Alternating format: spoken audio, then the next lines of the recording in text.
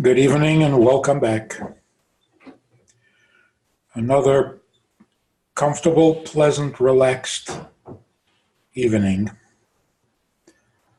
of some meaningful thoughts. Isn't it interesting that when you do something for yourself, when you're inspired, you have so much energy and so much pleasure. On the other hand, when you do something for someone else, selfless, you have so much power. Not as much excitement or pleasure, but more power. We mentioned last week in speaking about the accounting of the Emor, the spheres, that the first three emotions, love, hate, and compassion, are very exciting. They're full of drama. But they're also a little bit selfish. They're about me. They are what makes me me. And so there's a lot of energy there, a lot of enthusiasm. The other three, Netzach, Hod, Yesod, are humble. They're called humble emotions or practical emotions. The humility is in the fact that you are motivated not by your own inspiration, but by what needs to be, by what is right, by what is true, by what the other needs. So on the one hand, there's less excitement and less drama, but on the other hand, it is much stronger. And that's maybe why Netzach is translated as victory, persistence, overcoming resistance, and Hod is translated as glory.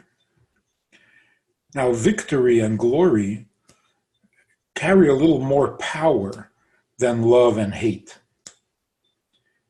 And the truth is that physiologically, the first two emotions, chesed and gvura, are represented in the body by the right arm and the left arm. Netzach and Hod are represented in the body by the right leg and the left leg. Now, the legs are much stronger, more stable than the arms. In fact, the leg is what gives the arms its stability, its footing. So we see that although there is less talent and sensitivity in the leg than there is in the arm, but to compensate for that, the leg is steadier, sturdier, stronger, and less sensitive. So in the humble emotions, doing what you need to do, there's a certain power that will overcome all resistance. Whereas enthusiasm, inspiration, will fuel your activities, your emotions, but they don't overcome difficulties. It is so easy to deflate the enthusiasm of love and hate, mostly love. Any little disappointment, any little obstruction, any resistance, and the love fades. Because inspiration is a fickle thing. Now, when people will do everything and go through fire and water for those they love, it's not the love that gives them that staying power. It's the netzach behind the love, or the hod behind the gvura. or the hate. And that's one of the functions of Netzach and Hod. They take the love and the fear, or the hate, where they could not go by themselves. They make them consistent and persistent, because by themselves they would simply give up and fade.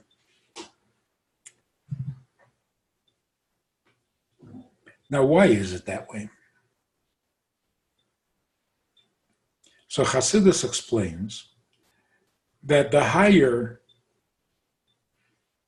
faculties, the higher aspects of creation don't originate in the highest places within the Creator. The lower things originate, have their root and source in the highest parts of the Creator. Like, for example, the enthusiasm and the inspiration to build a home is very pleasurable. It's exciting and so on. But it doesn't compare to the pleasure that you get when the house is finished and you settle down. It's done. So the lower function, meaning the activity, the finished home, has a source in the higher parts of the builder or of the owner of the home. And it therefore expresses itself necessarily, dafka, in the lower functions. The higher something is, the lower it comes. And the reason for that is, I think this makes sense, the higher something is, the more simple. That which is truly essential, that which is of the essence, is simple. It's not complex, it's not complicated, it's not adorned, it's simple. It is what it is. The same is true of that which is the lowest. The stone, the inanimate object, it just is what it is. It's uncomplicated. So that which is essential and simple is the most powerful part of the system, whether it's in the human being or in the Creator.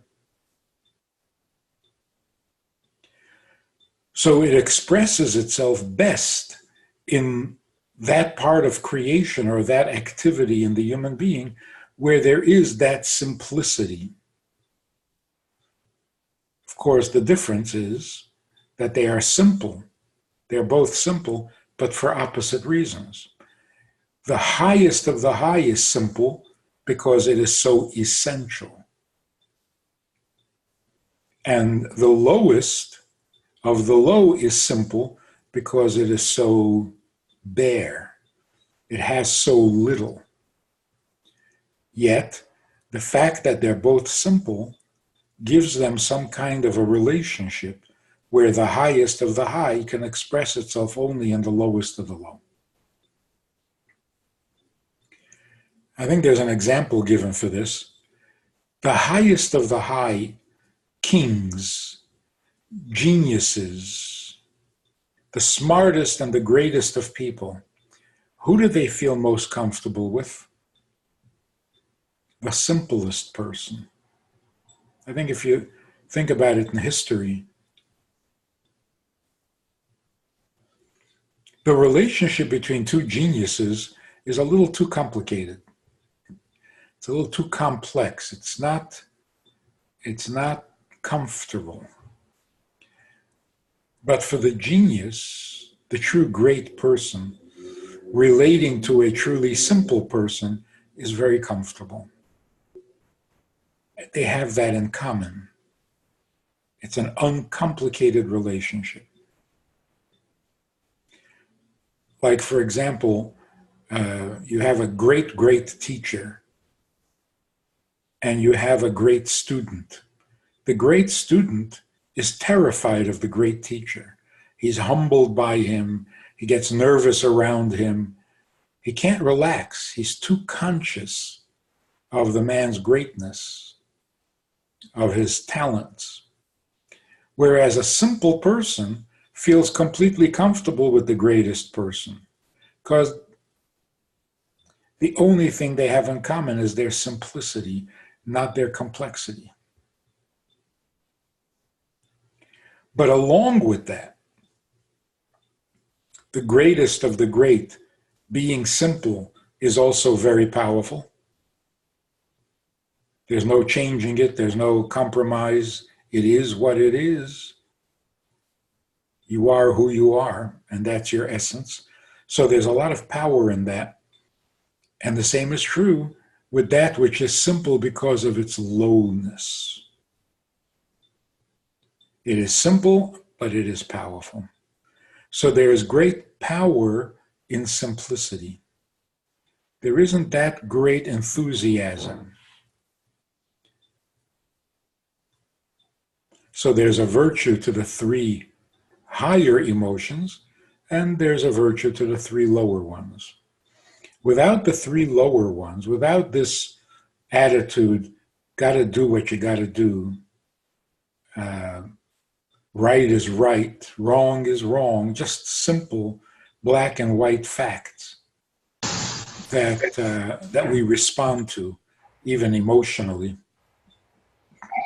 Without that, we would have no sanity. We'd be having a lot of fun. There'd be a lot of excitement, a lot of color, a lot of drama. We'll be, up and down emotionally, never a dull moment. But it won't be stable. It won't be consistent. It won't be predictable. It won't be sane. So the sanity comes from the lower faculties. The excitement and the stimulation comes from the higher. So now we're in the weeks of the lower three, Netzach, Hod, and Yesod.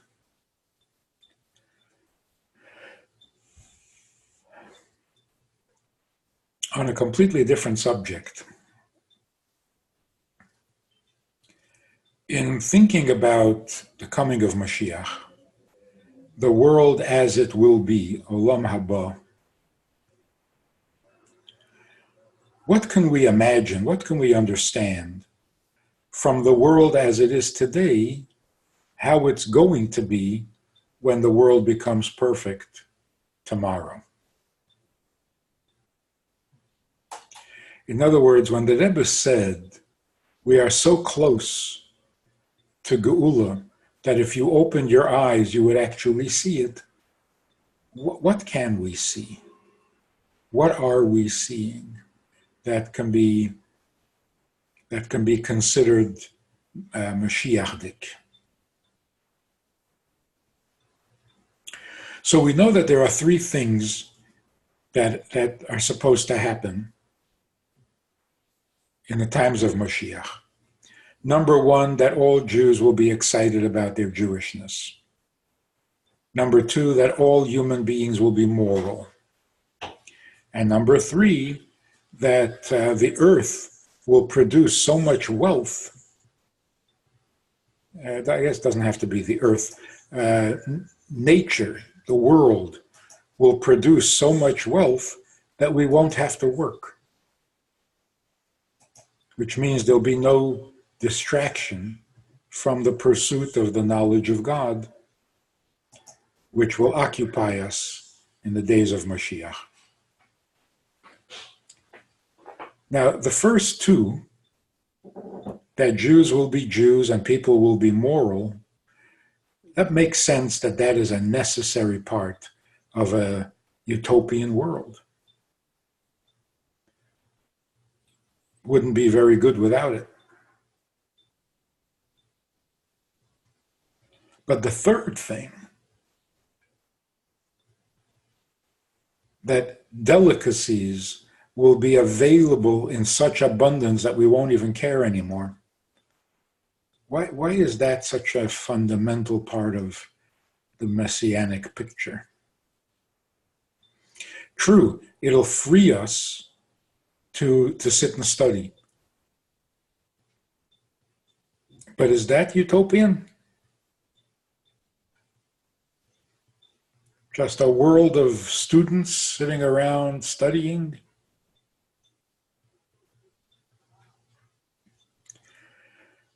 So when Rambam says that in the days of Moshiach, our only pursuit will be pursuing the knowledge of God, it might not mean by studying, by sitting in the academies and poring over books.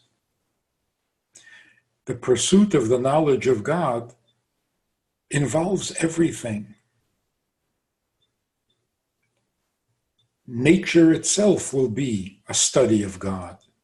How God runs the world is a study of God, getting to know God. But what are we seeing today that encourages those three developments and makes them more realistic or more visible? So one of the things that I've been talking about a lot lately is this development of an attitude of independence on the part of the human being, independence from life itself.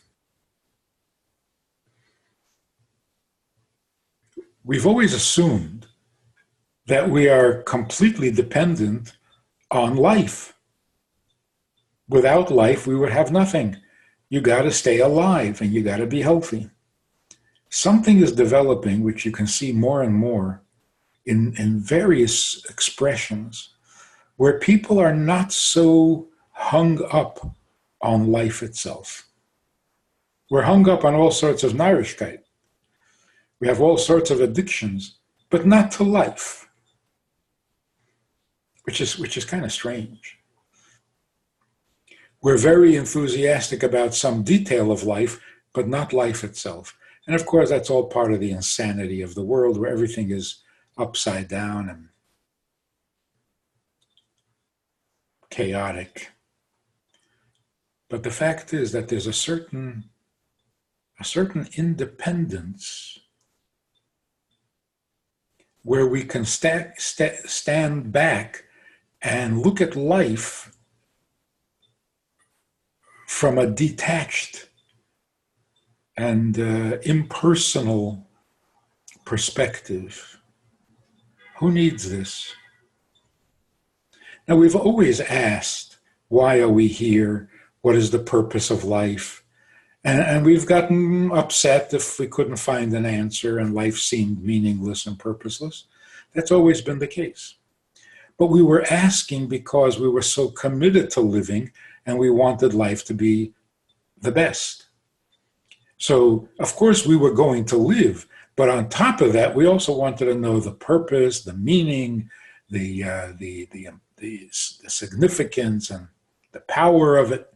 We wanted to have the most out of life. But today there's something else going on. We're not asking what is the purpose of life because we're looking for a deeper attachment to life. Today we're asking what is the purpose of life because we're not so sure we need it. Now that sounds like a pretty scary development,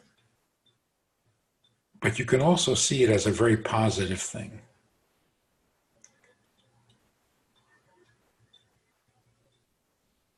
Life used to be the ultimate. I must live. My survival instinct, my commitment to self, the preservation of self, that was everything. It even justified believing in God and serving God and fasting and sacrificing and all sorts of horrendous things, just because we wanted to live. And in the name of living and of the name of life, or from the love of life, we did some pretty horrible things.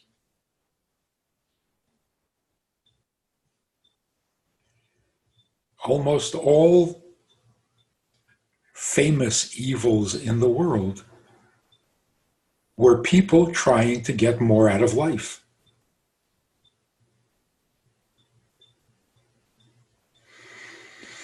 Now, I know there's the distinction between living or life and existing.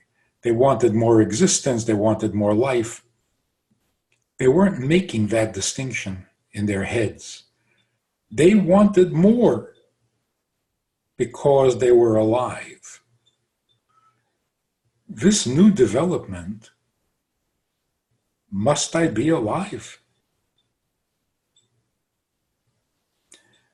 It's one of those worships, one of those false gods that need to crumble in preparation for Moshiach. And we're seeing it.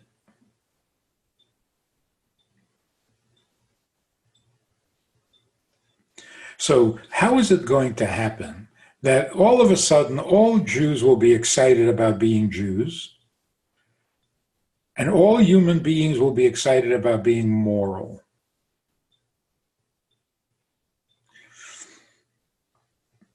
Imagine if we all woke up tomorrow with the feeling or the conviction that I don't need to be. I is not necessary. Me, the me monster, is gone. Doesn't have to be me. Not only I don't have to be me, me doesn't have to be at all. And that would be fine for me. But the Creator has an infinite, eternal investment in our being.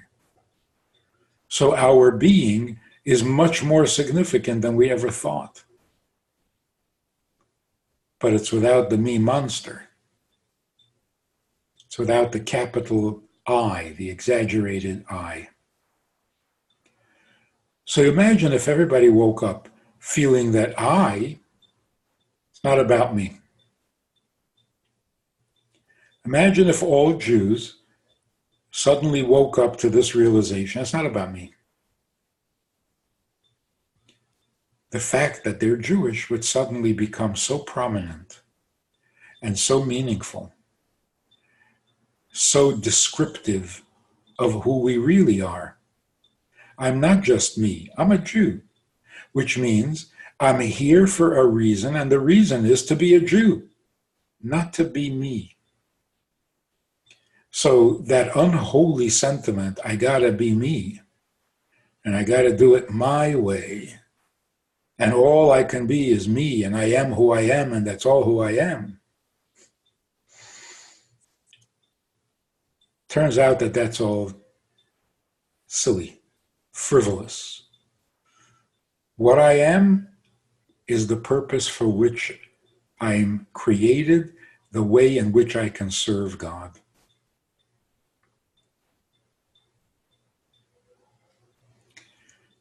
If everyone woke up tomorrow morning with the realization that it's not about me, every Jew would be what God created them to be, and that's Jewish.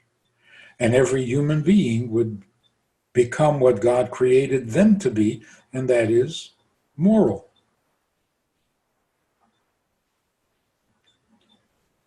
The result would be that we no longer need to work. The reason we need to work in order to live, in order to have what to eat, that came as part of the description that God gave Adam when he was expelled from Gan Eden. God said, by the sweat of your brow, you will eat bread. That's not the final and utopian condition. That's the fixing up process. In order to fix up the world, to make it Mashiachdik, you have to engage in difficult, demanding, distracting, sweat-producing. You got to make a living. But the reason that that is so is because that's one of the ways in which we can elevate the world, by coming in contact with people, by using all your energies towards making money and then giving that money to charity, so that everything, including your perspiration, has become godly. Because it's with the perspiration that you made this money, and now this money is going to charity. So all of it, the efforts, the work, the intelligence, the missed sleep, the travel, the anxiety that you invested in making that money is now going to tzedakah.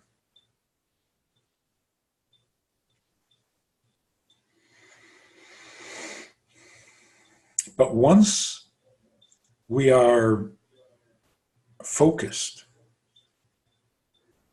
on serving God because the me monster is gone,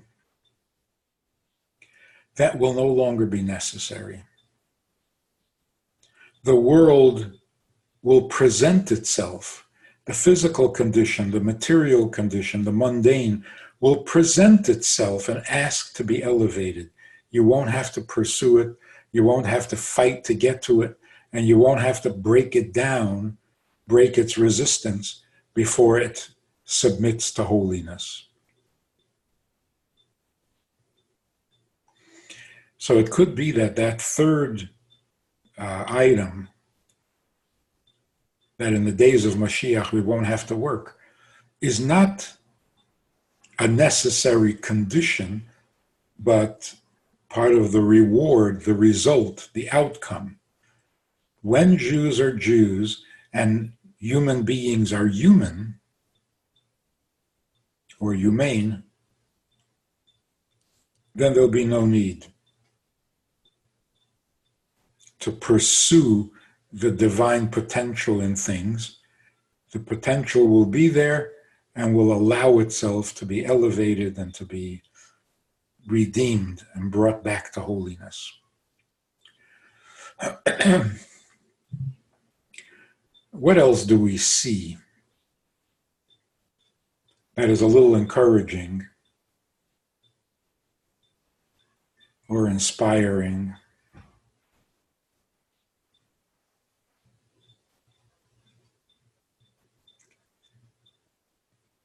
The mass media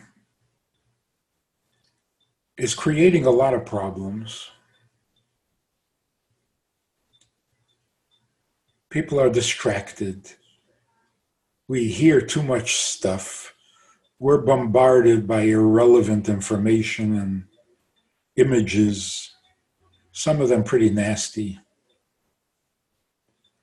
So it's creating a lot of problems.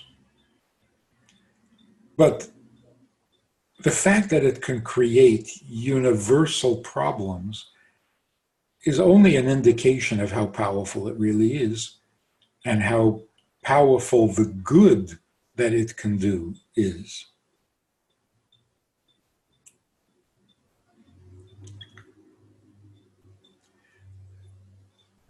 When the world can communicate, when everyone in the world can be seeing the same thing at the same time, pretty scary thought. But if everyone had become of one mind, if everyone was interested in one subject, and everyone in the world is tuned into that one message on the internet, what a minion, what a congregation that would be. The trick is, get everyone to be interested in something really good and holy. But as a tool, the internet, the The information highway is awesome. We just have to have the right frame of mind to know what to use it for.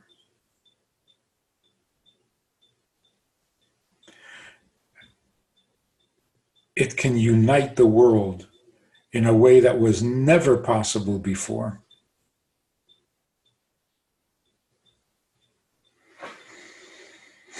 And that dispels a lot of mystery concerning Moshiach. How will people know? Who will tell them? Where will Moshiach come first? And how will the others get to know? And will we have to trust each other? Like not so long ago, you got a letter from overseas, that flimsy blue paper, the airmail letters, and you're told that Moshiach has arrived someplace in the world, and you tell your neighbors and they say, well, who sent that letter, and how do you believe him, and why do you believe him, and how do you know for sure? And so there would be a need for a lot of trust and a lot of faith, and there just isn't that kind of trust and faith. So how will Moshiach come?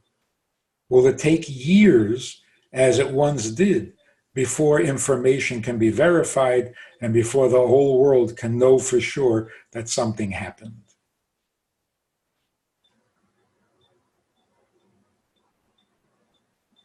Now with the internet, nobody has to believe anybody. It will all be streamed live. Everyone will see, not just hear. So that is definitely a messianic element. The ability to connect the entire world in one experience, in one thought, in one vision.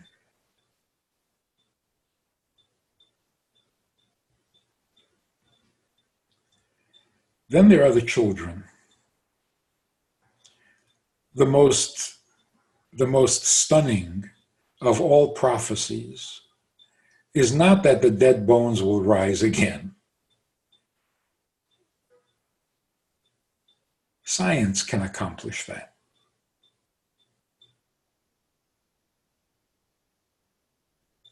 Yea, and you resurrect dinosaurs. The really stunning prediction or prophecy is that children will bring their parents closer to God. That is stunning, because there is no explanation for that. How is that even possible? Tradition is passed on from the older generation to the younger generation.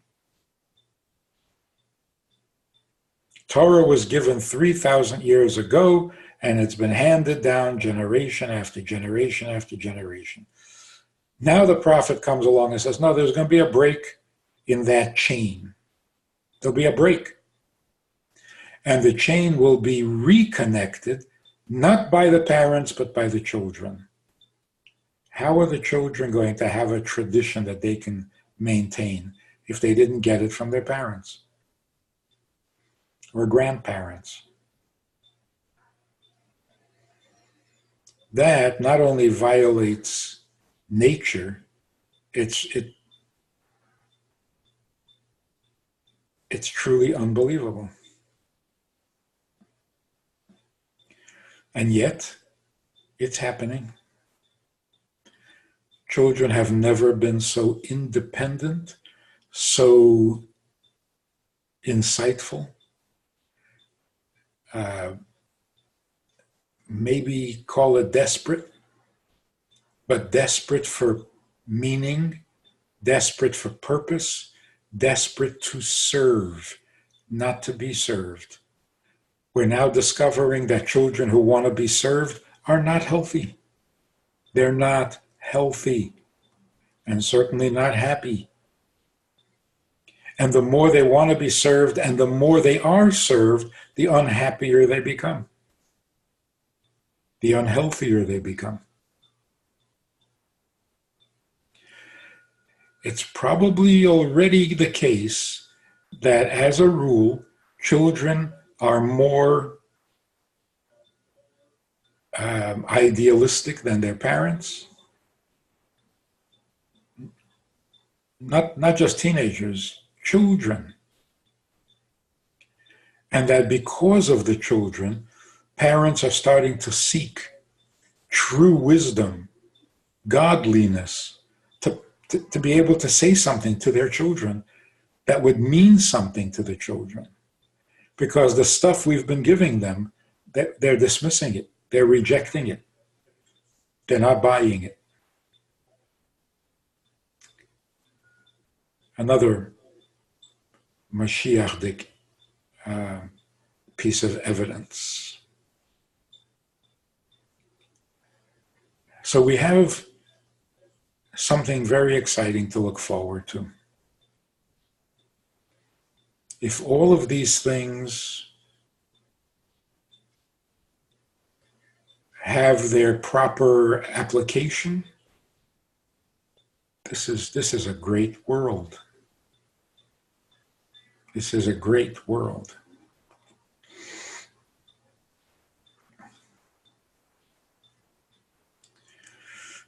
So in a really fundamental discourse that the Rabbi gave, I'm summing it up very, very briefly. The Rabbi says something like this. We've always known that Torah is precious to God. Therefore, those who study Torah are precious to God, give God pleasure. Mitzvahs are precious to God. Therefore, those who do mitzvahs give God a lot of pleasure, and they become precious to God. We have 613 mitzvahs. We do them, we try to do them. Collectively, maybe we get them done. And we assume that that's what makes us precious. The world assumes that too. Jews are the chosen people. They do a lot of stuff. They have a lot of mitzvahs. And those mitzvahs are God's commandments, God's wish, and those who do what God wishes become precious. At some point, the world is going to say, the nations of the world are going to say, if you had given us the mitzvahs, we would be precious. So now that we see how Jews turned out, we want, give us the mitzvahs so that we too can become precious or more precious. But that's a mistake. There are three things that the Torah obsesses about. Judaism obsesses about. Study of Torah, performance of mitzvahs, and the Jewish people. How do we know that these are three separate things? Because we are told a number of times that even when Jews don't study Torah and do not perform mitzvahs, they remain the apple of God's eye and will always be that way. Af al pi shachata Yisrael hu. A Jew is not Jewish because of what they do or what they study or how they obey or worship. A Jew is Jewish.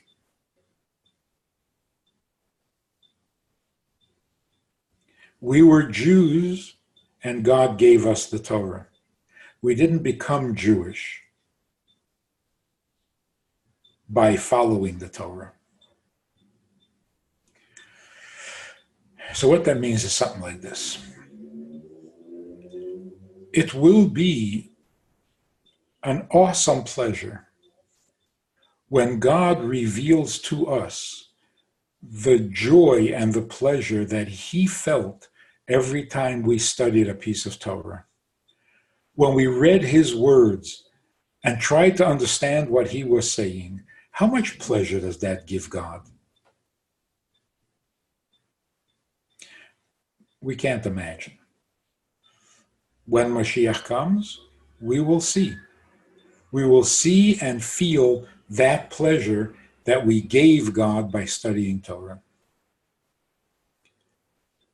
We also cannot imagine the pleasure God gets when we do a mitzvah. Any mitzvah. He asked for something and we did it. The pleasure in that is indescribable, unimaginable. But when Mashiach comes, we will see it. We will share it, or he will share it with us. But then there's the third, final stage of the perfection of the world, and that is we will be able to see and feel and share the pleasure that God has from us, not from what we do, just from us. Now, if we look at it from our perspective, if God shows us how much pleasure he gets when we study Torah, what will that do? How will that affect our study of Torah? So the study of Torah after Mashiach comes, hard to imagine how magnificent that's going to be. When we feel and we see and we share the pleasure that God gets from a mitzvah that we perform, how will we perform mitzvahs after that? Hard to imagine. It's going to be incredible. But on top of all of that, in our relationship with God himself, when we feel the pleasure he gets just from having us, like a mother and a baby, it's not what the baby does. How will that affect our feelings towards him?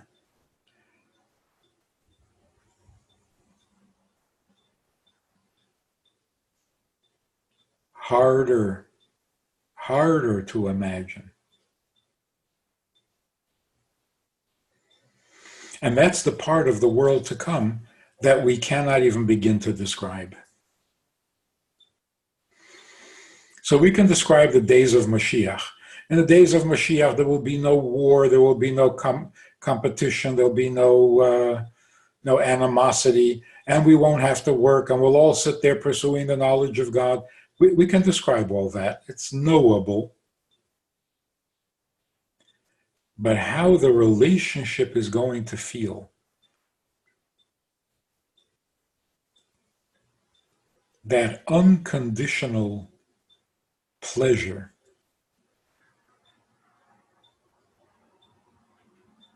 that remains a mystery until it happens. So the Gemara says that every prophet described the days of Moshiach.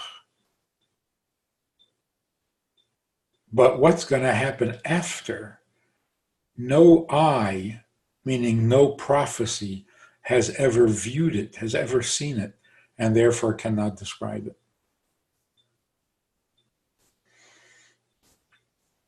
So, we look forward to Mashiach for reasons of our own. We try to imagine a perfect world with, the best of our imaginations.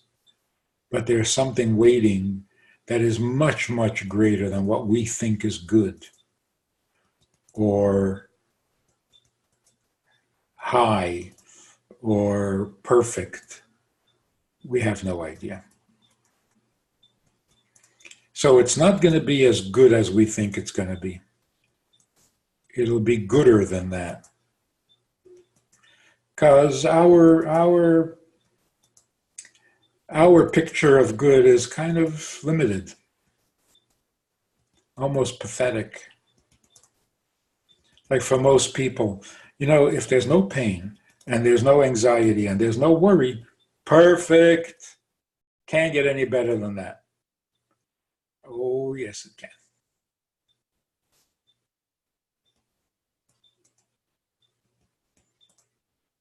It can get a lot better than that, and it will.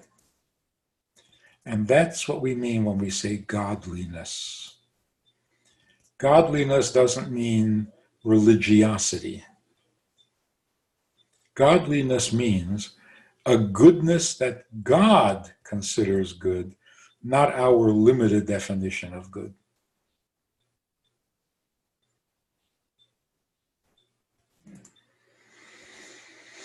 So every mitzvah we do, every positive energy that we bring to the world can make that happen a moment sooner for the whole world.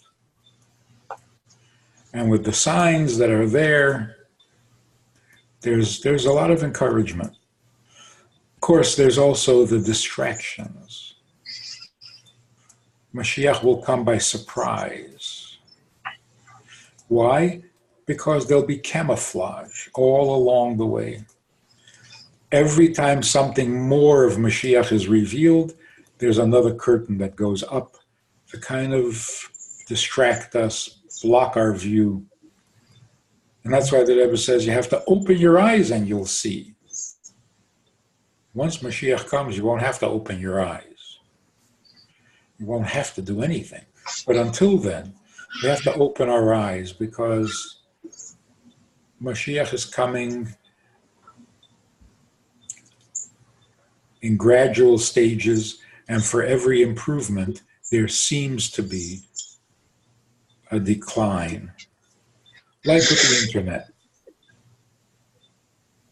We should be very excited about the goodness that that can bring. But the bad stuff is so distracting.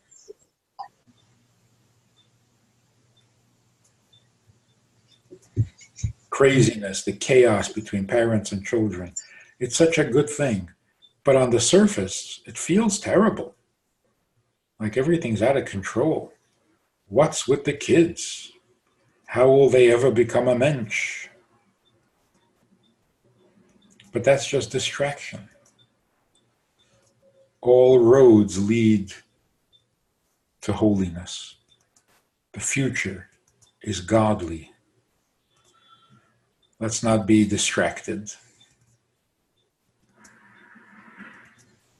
Can we, before we have a couple more minutes, before we go on to the next topic, which I would like to mention somebody's question, bring up a question. There is one of our good friends would like to say something, so I'd like to bring him on to the webinar. Let's see if this can work. Bruce, can you hear us? We got to unmute you 1 second. Unmute. Oh, you did unmute me. Now can you hear me? Hey, I see you, but I don't hear you. Okay, let's see. No, now we can hear you. You can hear me now? Yes. Rabbi, you can hear me? Okay, well, let me just take a minute or maybe. I don't hear. You don't hear me, but Zalmi, you hear? Does everyone else hear? I think everybody hears you, as the rabbi doesn't have his headphones. That's all. Okay, no problem. Look, I'm just another member of the VIP, typically Wednesday night group, tonight Thursday night. But I did ask Zalman if I could speak for 1 second, because we all, I think I'm assuming the same goal as many of the people that are on the VIP weekly and that follow Rabbi Friedman. And the goal is for my goal at least, and I have a feeling others, is to continue spreading this wisdom. We all know I'm sure we all know many rabbis and teachers, and I know many and listen to some and go to their shiurim. Overall, my personal feeling is that most of it is the same information with a slightly different spin. And so I find Rabbi Friedman's body of work and his messages to be so unique and so life-inspiring and information that I can use in my everyday life, that my goal is to help in any way I can to spread this wisdom to more people. So, and I love this format that we have, this venue, this once a week webinar where we can, Rabbi it's live, we can ask questions, and we you get some wonderful wisdom every week. So since my goal is to try to make sure that Rabbi remains viable and is able to continue making more videos, continue spreading his word. People ask me, what can we do? Because they know I'm involved with the Rabbi, and they know that I know him well, and my family does. And so I would just encourage everybody to try to refer other people to this webinar. I think it would be so wonderful if soon we can have 200 or 400 and 500 people around the world on this webinar. It not only helps spread this fabulous wisdom of the Lubavitcher Rebbe through Rabbi Friedman, but it also supports the Rabbi in a way that helps keep this channel alive. So I just wanted to take one moment out and encourage everybody to go to other people they know, encourage them to join this this weekly VIP webinar. Again, not only to spread the great words of the Rabbi and the Lubavitcher Rebbe, but to also gives us a way to support the Rabbi financially. So it's a wonderful thing, and I just wanted to take a moment, Zalman, and encourage people to do that. So hopefully others will do it. I know I've been doing it, and many of the people I've gone to, thank God, have joined. So I encourage you all to go to other people and see if they can become a member of our weekly VIP. Thanks for taking the time. Amazing. Thank you very much, Bruce. And I do want to say that with regards to the topic of conversation in the past few weeks has been very, very deep, and has been focused on the Sephiros, on the counting of the Omer. I know that I was speaking to Rachel, and she mentioned that she very much enjoyed these topics, and the last few weeks were very enjoyable for her because we were more on the esoteric and philosophical conversation. But one idea that was brought up, and I don't think we only have a few more minutes to talk about it, but I would like to ask Rabbi Friedman to discuss this, and that is the idea of a person's Mazal, a person's good luck. It's said in Torah that things happen because of luck, and there's an idea in Torah that says that Mishana Makkah, Mishana Mazal, which means that if you change your place, you can go ahead and change your luck. And I would like Rabbi Friedman to a little bit address that. What does that mean? What does it mean that a person can change his luck by moving to a new area or moving to a new job? And would that apply if somebody is having a hard time finding a shidduch, finding a suitable match? If it would make sense to fly or to move to a different area to try something new or something else, would that fall under the category of change your place, and that'll change your luck?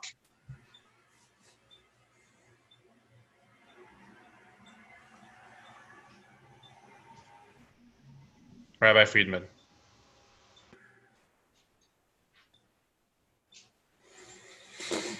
I think I heard you.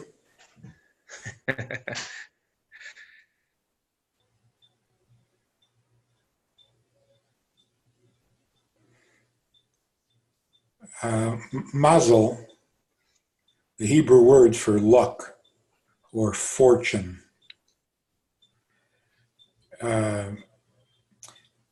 describes an access, an openness to the higher parts of our soul, which we're not ordinarily in touch with. So literally, the word Mazal is related to the word that means to drip, a trickle-down effect. Usually we're in touch only with three parts of our soul: nefesh, ruach, and neshama. The other two parts of the soul, chaya and yechida, are not really available to us consciously. It affects us on some level that we may not even know about. It's always affecting us, but there's nothing we can do to get closer, to get more. Certain occasions open up those gates and allow us greater access. Like, for example, your birthday. On your birthday, you have greater access to all of your neshama than you do on a regular day. Because on your birthday, that's when all parts of the neshama were given to you. And so it's, in a sense, repeated every year. On your birthday, you are once again given your neshama, and that includes the two parts that are a little elusive.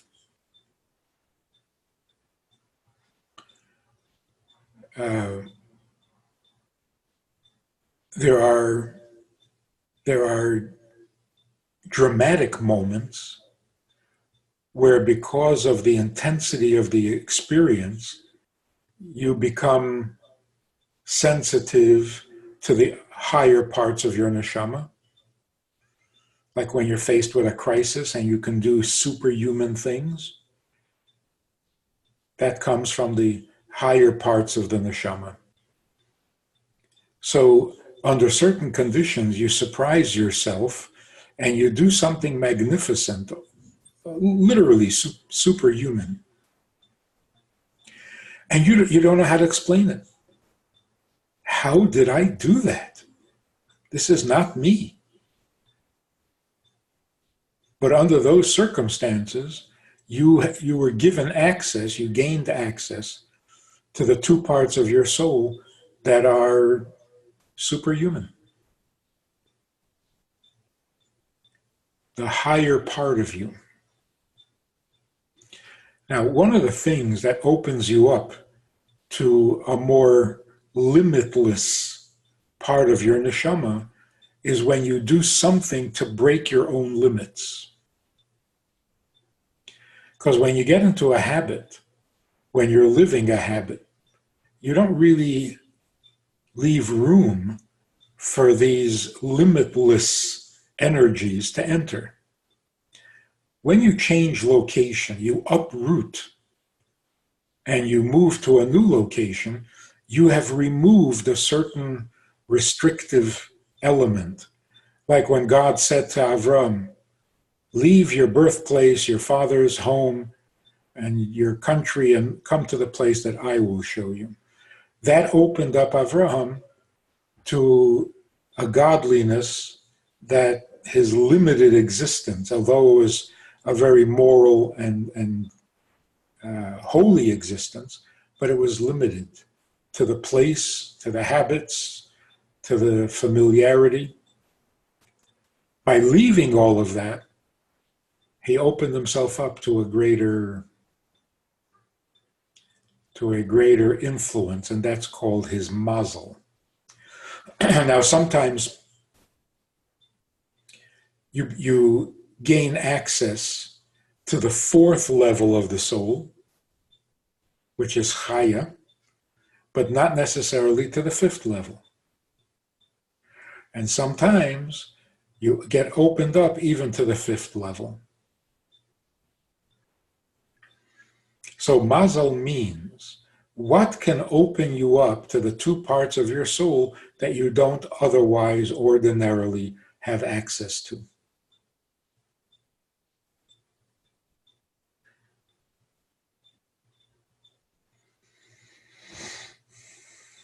So it's not a random occurrence. It's not like, oh, good luck. You suddenly had some good luck. And it's not coming out of nowhere. It's the better part of you, the higher part of you that cannot be accessed through logic, through even the best mitzvahs you do, because it's all limited. You open yourself only when you can leave all restrictions, when you free yourself of all limitations.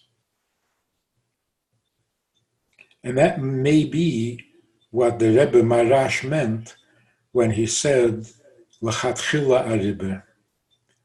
Why try to work your way through the limited functions of the human condition when you know there's a higher level that sometimes you can get a glimpse of and you can get a little trickle-down effect. So why try and work and strive in the lower level when you can just go to the higher level to begin with?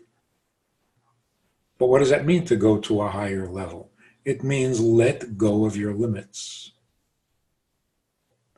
Open yourself up to greater possibilities than your personality and your imagination allow. So I don't know if we would call that a greater amount of faith or a greater leap of faith or true trust in God, where you're willing to try things that you reasonably or rationally know you're not capable of. Like, for example, going on shlichus. Now it seems quite natural because we've seen it work. But in the early years, I mean, talk about changing location. It's not like you're moving from one neighborhood to another.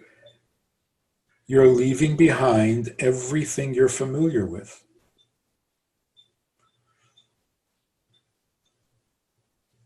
That opens you up to a lot of Mazal. And we can see what it does to people. The shluchim are the ones who gain the most.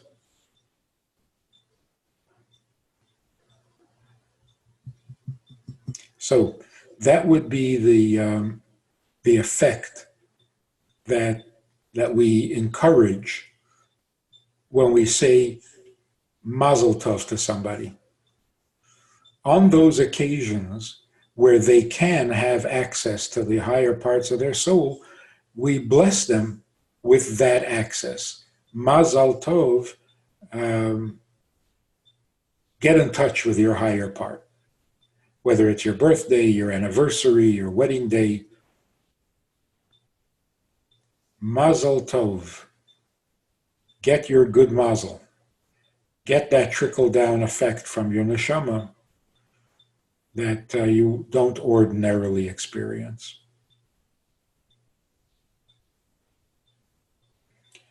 Does that explain it a little bit? Yes, I think so. How would you recommend this applies to moving for the ability to get married? Even the thought of getting married,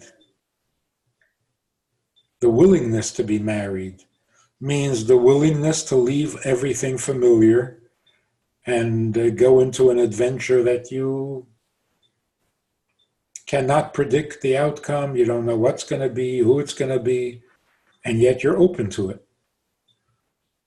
That increases your mazel.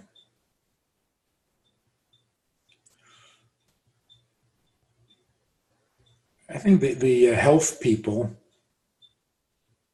say that there are certain problems, illnesses, that come from stagnation.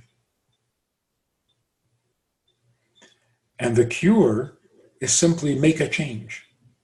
Make a dramatic change in your lifestyle or in your location or something, and you will be healthy. You will heal.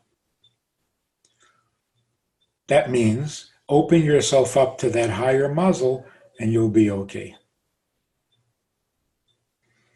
But what it takes is a dramatic shift, a dramatic change. Let go of the limits. Like people who are told that they're prognosis is not good. And that kind of sparks a rebellion in them. And suddenly they are determined to overcome everything. That opens them up to a greater Mazal, and they succeed. So some will say, well, that's their will to live is so strong. Everybody's will to live is strong. But some people don't even think of making changes when they're not well. On the contrary, they dig in to their comfort zone even more, because now they're frightened, now they're timid, now they're cautious. So they hang on to the comfort zone more than before. That's not helpful. Those who say, okay, then I'm going to change, I'm going to do whatever it takes, all bets are off, I will give up everything, no more limits, I'm going for it. That openness, that shedding of the restrictions, that brings a greater Mazal. So every time we do something that kind of shakes our comfort zones, we open ourselves up to a greater Mazal. And certainly getting married is a strong form of abandoning your comfort zone. Having a child.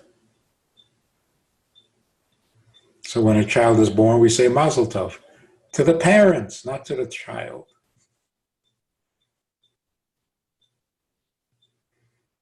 Because of the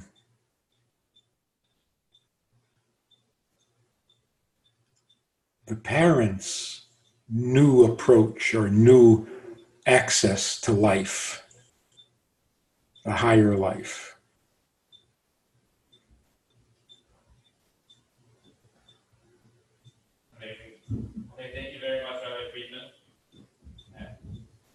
Okay, thank you very much, Rabbi Friedman. And thank you very much for everyone that joined. I'm sure everybody's noticing I hope everybody's noticing our videos that are coming out rapidly on YouTube and Facebook and LinkedIn. We're hoping to do at least one a day. Sometimes we're doing 2 a day. They're getting phenomenal feedback. Lots of people are watching them, and thank you for making them. And we'd like to thank Yitzchak for joining the team here. That's good to know. And putting them together. And a lot of people are enjoying them, and I hope that you are too. And like Bruce said, we'd like to spread the word, so we can spread the word by using those videos as well. And until next week, Emor Hashem, we'll see you all later. Have a wonderful night and have a great Shabbos.